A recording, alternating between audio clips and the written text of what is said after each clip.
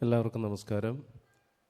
വളരെ വളരെ സന്തോഷകരവും അഭിമാനകരവുമായ നമ്മുടെ നാടിനെയും സമൂഹത്തെയും സംബന്ധിച്ച് ഏറ്റവും ഹൃദ്യമായ ഒരു ചടങ്ങിലാണ് നാം എല്ലാം ഇവിടെ പങ്കെടുത്തുകൊണ്ടിരിക്കുന്നത്.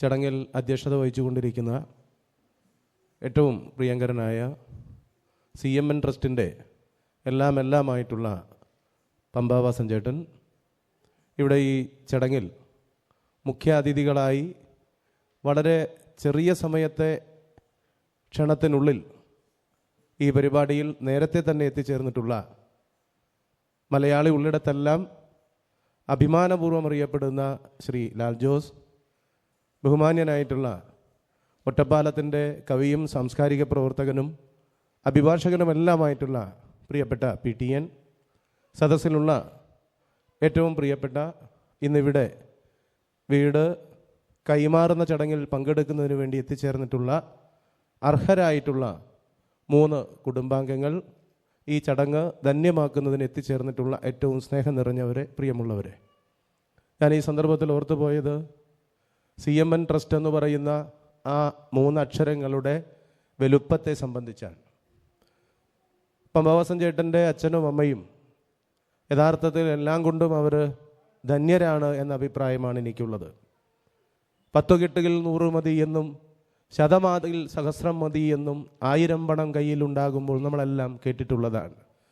പണം എത്ര കിട്ടിയാലും മതിവരാത്ത ഒരു കാലത്ത്, ഒരു ലോകത്ത് എങ്ങനെ അത് കൂട്ടിക്കൂട്ടി വയ്ക്കാം എന്ന് ചിന്തിക്കുന്ന ഒരു സമൂഹത്തിൽ ലാഭത്തിനു വേണ്ടി എന്തും ചെയ്യാൻ ഒരു മടിയുമില്ലാത്ത ആസുരത നിറഞ്ഞ ഒരു വർത്തമാനകാല സമൂഹത്തിൽ എനിക്കെന്തു ചെയ്യാൻ കഴിയും എന്ന് ചിന്തിക്കുകയും അങ്ങനെ ചിന്തിപ്പിക്കാൻ പ്രാപ്തനായ ഒരു മകനെ വളർത്തി വലുതാക്കി ഈ നാടിനും സമൂഹത്തിനുമായി ബിസിനസ് രംഗത്തുണ്ടായ വളർച്ചയുടെ ഭാഗമായിട്ടാണെങ്കിൽ പോലും അങ്ങനെ സമൂഹത്തിനും നാടിനുമൊക്കെ ഗുണമുള്ള ഒരു മകൻ്റെ രക്ഷിതാക്കളായി അവർക്ക് ഈ മണ്ണിൽ ജീവിക്കാൻ കഴിഞ്ഞു എന്നത് ഞാൻ ഈ സന്ദർഭത്തിൽ വളരെ അഭിമാനപൂർവ്വം ഓർക്കുകയാണ്, അവരുടെ ഓർമ്മകൾക്ക് മുന്നിൽ തലകുനിക്കുകയാണ്.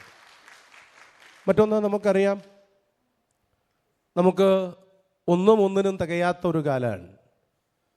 മനുഷ്യൻ്റെ മോഹങ്ങൾക്ക് അസ്തമയമേ ഇല്ല. ആശകളും ആഗ്രഹങ്ങളുമാണ് മനുഷ്യനെ മുന്നോട്ട് നയിക്കുന്നതും. രണ്ടും തമ്മിൽ നല്ല ബന്ധമുണ്ട്.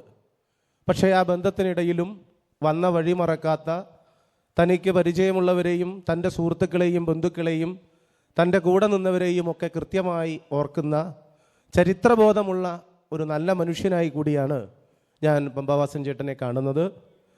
ഒരു ചെറിയ പരിമിതിയും പ്രശ്നമൊക്കെ എന്ന് പറഞ്ഞാൽ, ഈ വീട് നിൽക്കുന്ന സ്ഥലം സാങ്കേതികമായിട്ട് എൻ്റെ മണ്ഡലത്തിലല്ല, ഒറ്റപ്പാലം മണ്ഡലത്തിലല്ല. അപ്പോൾ നമ്മുടെ കോൺസ്റ്റിറ്റ്യുവൻസി അതിൻ്റെ അതിർത്തിയൊക്കെ നിർണയിച്ച് ഇപ്പോഴുള്ള മണ്ഡലമായി വന്നപ്പോൾ ഇത് വാണിയംകുളം പഞ്ചായത്തിൻ്റെ ഭാഗവും ഷൊർണൂർ മണ്ഡലവുമാണ്. പക്ഷേ പൊതുവിൽ ഒറ്റപ്പാലത്താണ്.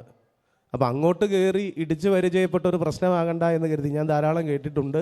ശ്രീ MP രാജേഷ് എന്നോട് സൂചിപ്പിച്ചിട്ടുണ്ട്. ഇവിടുന്ന് പല സന്ദർഭങ്ങളിലായി കാണുകയും ചെയ്തിട്ടുണ്ട്. ഒടുവിൽ നമ്മുടെ ഒറ്റപ്പാലം പ്രസ് ക്ലബിൻ്റെ പരിപാടിക്കൊക്കെ അദ്ദേഹത്തോടൊപ്പം വേദി പങ്കിടുകയും ചെയ്തു. ഇങ്ങനെ ഒരു പരിപാടിക്ക് വിളിച്ചതിൽ വളരെ വളരെ സന്തോഷമുണ്ട്, അഭിമാനമുണ്ട് എന്ന് ഈ സന്ദർഭത്തിൽ നിങ്ങളുമായി കൂടി പങ്കുവയ്ക്കുകയും ചെയ്യുന്നു.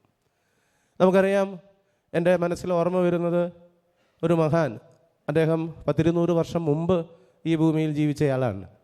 അദ്ദേഹം 9ാം ക്ലാസ്സിൽ പഠിക്കുന്ന സമയത്ത് 9ാം ക്ലാസ്സിലെ ടീച്ചർ ആ കുട്ടിയോട് ചോദിച്ചു, നിങ്ങൾക്കാരാകാനാണ് ആഗ്രഹം, എന്താകാനാണ് ആഗ്രഹം? അന്നത്തെ ക്ലാസ്സിലെ ഓരോ കുട്ടിയും ഓരോരോ ആഗ്രഹങ്ങൾ പറഞ്ഞു. ഒരാൾ പറഞ്ഞു എനിക്ക് ഡോക്ടറാകണം, ഒരാൾ പറഞ്ഞു എനിക്ക് എഞ്ചിനീയർ ആകണം, ഒരാൾ പറഞ്ഞു എനിക്ക് പൈലറ്റ് ആകണം, ഒരാൾ പറഞ്ഞു എനിക്ക് സയൻറ്റിസ്റ്റ് ആകണം, അങ്ങനെ ഒരാൾ പറഞ്ഞു എനിക്ക് നല്ല കർഷകനാകണം. ഒരു കുട്ടി മാത്രം പറഞ്ഞു എനിക്ക് സന്തോഷവാനായ മനുഷ്യനാകണം. എങ്ങനെയാണ് സന്തോഷമുള്ള മനുഷ്യനാവുക? അപ്പോൾ ടീച്ചർ തന്നെ ഒന്ന് അന്താളിച്ചു. കാരണം ഇങ്ങനെ ഒരു ഉത്തരം അതിന് മുമ്പോ ശേഷമോ ഒരു കുട്ടിയും പറഞ്ഞിട്ടില്ല.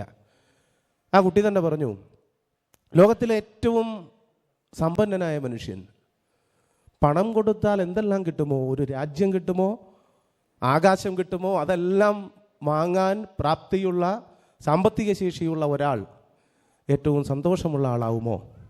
ആയിക്കൊള്ളണമെന്നില്ല. ലോകത്തിലെ ഏറ്റവും വലിയ ഭരണാധികാരി ആഗ്രഹിച്ചതെന്തും നിമിഷങ്ങൾക്കകം പിടിച്ചടക്കാൻ സൈന്യവും ശേഷിയും ശേമുഷിയും എല്ലാം ഉള്ളയാൾ ലോകത്തിലെ ഏറ്റവും സന്തോഷവാനായ മനുഷ്യനാകുമോ?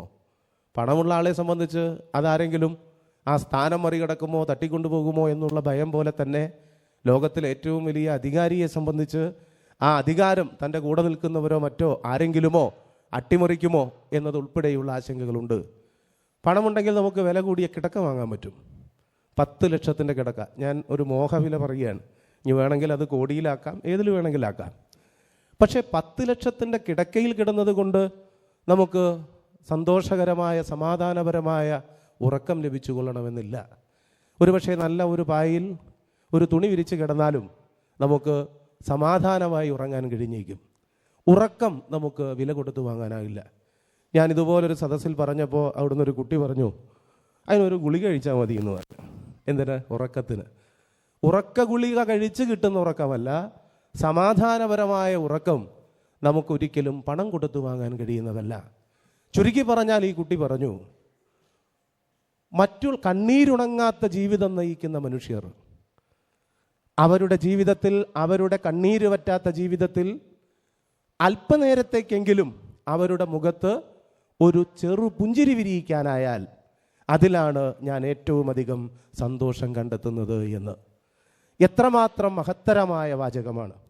ഞാനിവിടെ ഓർത്തു പോകുന്നത്, ഇവിടെ വന്നിരിക്കുന്ന ഈ ചടങ്ങിൽ ഒരു വീട് ലഭിച്ചതിൻ്റെ സന്തോഷത്തിൽ കുടുംബസമേതം എത്തിച്ചേർന്നവർക്ക് മുന്നിൽ നിശ്ചയമായും അല്പനേരത്തേക്കല്ല, അല്പം കാലത്തേക്ക് തന്നെ, അഥവാ അവരുടെ ആയുസ്സുള്ളിടത്തോളം കാലം അവർക്ക് സന്തോഷത്തോടെ കഴിയാൻ പറ്റുന്ന, അവരുടെ കണ്ണുനീർ തുടച്ച, അവരുടെ ആശയെ, അഭിലാഷത്തെ, പ്രത്യാശയെ, പ്രതീക്ഷയെ ഒക്കെ ഏറ്റവും മികച്ച നിലയിൽ സാക്ഷാത്കരിച്ച ഒരു മഹനീയ വ്യക്തിത്വമായി ശ്രീ പമ്പാവാസൻ ചേട്ടന് മാറാൻ കഴിഞ്ഞു എന്നത് ഏറ്റവും സന്തോഷകരമായ കാര്യമാണ്. ഒട്ടേറെ പേർ വേദിയിലുണ്ട്. ഞാൻ ദീർഘിച്ച് സംസാരിക്കുന്നത് അനുചിതമാണ് എന്ന നല്ല ബോധ്യവുമുണ്ട്. നിശ്ചയമായും അതിന് ഒരു മാനദണ്ഡം വയ്ക്കാതെ വാണിയംകുളം പഞ്ചായത്തിലുള്ളവർക്ക് മാത്രം എന്ന് അദ്ദേഹം പറഞ്ഞിട്ടില്ല. അതുപോലെ തന്നെ വള്ളുവനാടിൻ്റെ ഭാഗം എന്ന് മാത്രം പറഞ്ഞിട്ടില്ല. എലപ്പുള്ളി എന്ന് പറയുന്നത് തേനാരിയൊക്കെ എനിക്ക് അറിയുന്നൊരു സ്ഥലം കൂടിയാണ്. എൻ്റെയും ചില സുഹൃത്തുക്കൾ അവിടെയുണ്ട്. അത് കഴിഞ്ഞാൽ പിന്നെ ഏതാണ്ട് ചിറ്റൂർ തമിഴ്നാട് ബോർഡറാണ്. അപ്പോൾ മറ്റെല്ലാ വ്യത്യാസങ്ങൾക്കും പുറത്ത്, ജാതി മത ദേശ ഭാഷ കക്ഷി രാഷ്ട്രീയ വ്യത്യാസങ്ങൾക്കപ്പുറത്ത് മനുഷ്യനെ, മാനവികതയെ, അവരുടെ പ്രശ്നങ്ങളെ കൃത്യമായി കണ്ട് അവർക്ക് ആശ്വാസം നൽകാൻ, ആത്മവിശ്വാസം നൽകാൻ, എന്നാൽ അതിന് ഒരു പരിധി വിട്ട ഒരു മാർക്കറ്റിംഗ് എന്നത് ഒരു നിലയിലും അതിൻ്റെ ഭാഗമായി സ്വീകരിക്കാത്ത മാന്യത പുലർത്തുന്ന നല്ല നിലയിൽ ഇത്തരം പ്രവർത്തനങ്ങളെല്ലാം കോവിഡ് വന്ന സമയത്ത് ഗവൺമെൻറ് ഉൾപ്പെടെ മുന്നോട്ട് വെച്ച പ്രവർത്തനങ്ങൾക്ക് പിന്തുണ നൽകാൻ, അതുപോലെ തന്നെ മറ്റ് നിരവധിയായ സന്ദർഭങ്ങളിൽ ഒരു സമൂഹം പ്രതിസന്ധിയെ നേരിടുന്ന ഓരോ ഘട്ടത്തിലും ആ സമൂഹത്തെ കൈപിടിച്ചുയർത്തുന്നതിന് തൻ്റേതായ പങ്ക് നിർവഹിച്ച ഈ നല്ല പ്രവർത്തനങ്ങൾ തുടരാൻ CMN ട്രസ്റ്റിന് ഇനിയും കഴിയട്ടെ. ആ ട്രസ്റ്റിൻ്റെ പ്രവർത്തനങ്ങളുടെ വളർച്ചയിൽ, തുടർച്ചയിൽ ഏറ്റവും പൊന്തൂവലായി മാറുന്നതാകട്ടെ ഇന്ന് നടക്കുന്ന ഈ താക്കോൽദാന ചടങ്ങ് എന്നുകൂടി ഈ സന്ദർഭത്തിൽ സൂചിപ്പിച്ചുകൊണ്ട് ഇവിടെ പങ്കെടുത്ത എല്ലാവർക്കും, പ്രത്യേകിച്ച് CMN ട്രസ്റ്റിനും ഊഷ്മളമായിട്ടുള്ള ആശംസകളും അഭിവാദനങ്ങളും നേർന്നുകൊണ്ട് വിളക്ക് കൊളുത്തിയും ഇപ്പോൾ സംസാരിച്ചും ഈ ചടങ്ങ് ഉദ്ഘാടനം ചെയ്തതായി അറിയിച്ചുകൊണ്ട് ഞാൻ എൻ്റെ വാക്കുകൾ അവസാനിപ്പിക്കുന്നു. നന്ദി, നമസ്കാരം.